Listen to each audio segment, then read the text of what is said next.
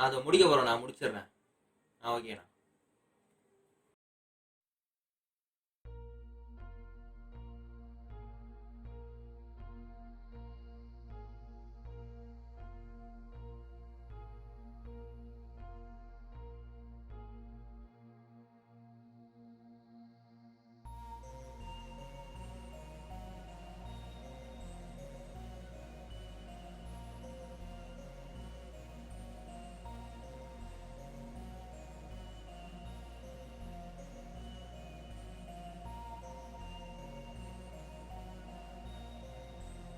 Hello, நான் வீட்டுக்கு வாடா.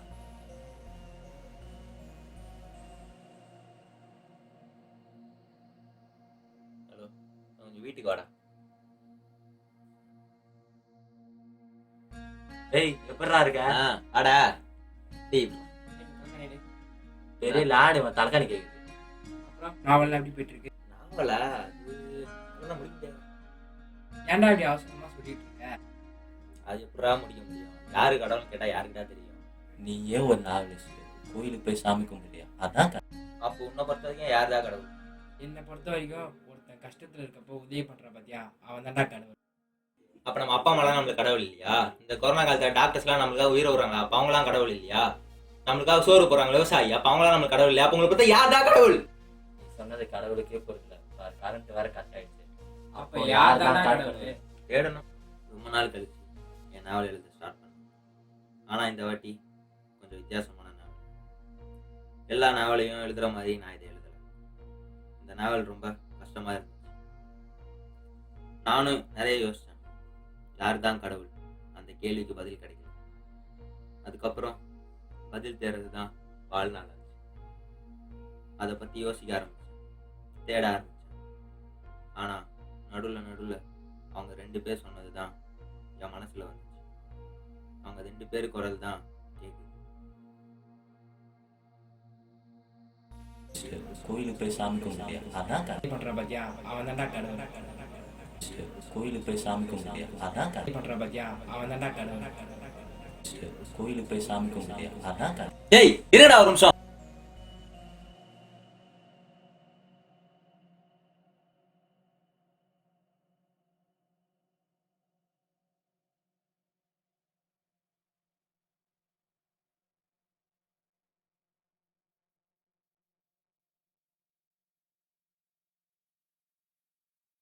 யாரு ப்ரோ நீங்க?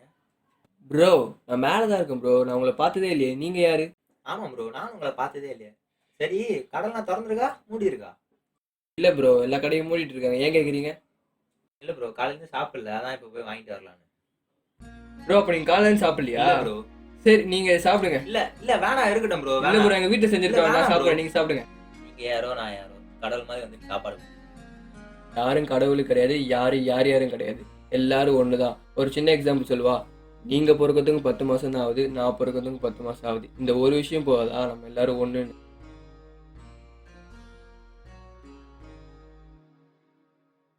யாரு தான் கடவுள்? நம்ம ஒவ்வொருத்தருக்குள்ளேயும் கடவுள் தானே, நம்மளும் கடவுள் தான். ஆனா என்னை பொறுத்த வரைக்கும் எக்ஸ்ட்ரீம் லெவல் ஆஃப் ஹியூமனிட்டி தான் கடவுள். இன்னும் சிம்பிளா சொல்லணும்னா, முன்ன பின்ன தெரியாத ஒரு பையனுக்காக கண்ணீர் விடுற அந்த மனசு இருக்க, அதான் கடவுள். हम पे